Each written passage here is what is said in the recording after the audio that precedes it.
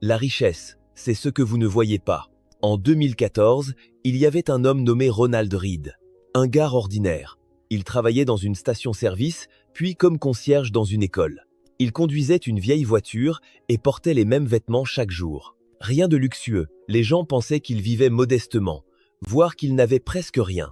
Alors, comment cet homme s'est-il retrouvé avec 8 millions d'euros? Il se trouve que, pendant que les autres affichaient leur argent, Ronald Read construisait patiemment sa richesse. Personne ne la voyait, parce qu'elle était invisible. La richesse, c'est l'argent que vous ne dépensez pas. C'est la liberté que vous bâtissez, les investissements qui grandissent discrètement en arrière-plan, et la paix d'esprit qui vient du fait de savoir que vous êtes financièrement en sécurité, même si personne d'autre ne le remarque. Pensez-y, quand quelqu'un achète une Ferrari, qu'assumons-nous? Waouh, ce gars doit être riche. Mais en réalité, nous n'en savons rien.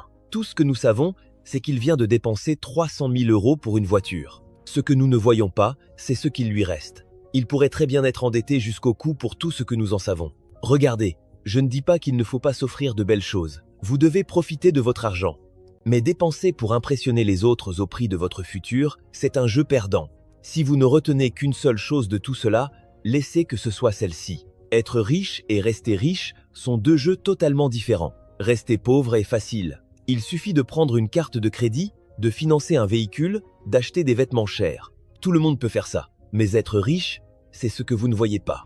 Si vous vous demandez pourquoi certaines personnes gagnent 6 chiffres et se battent toujours, tandis que d'autres gagnent moins et prennent leur retraite plus tôt, la différence tient en une seule phrase.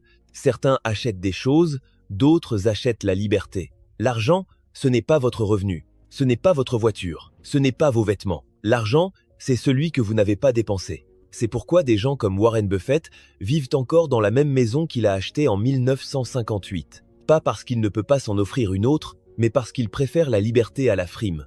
Numéro 5, les émotions comptent.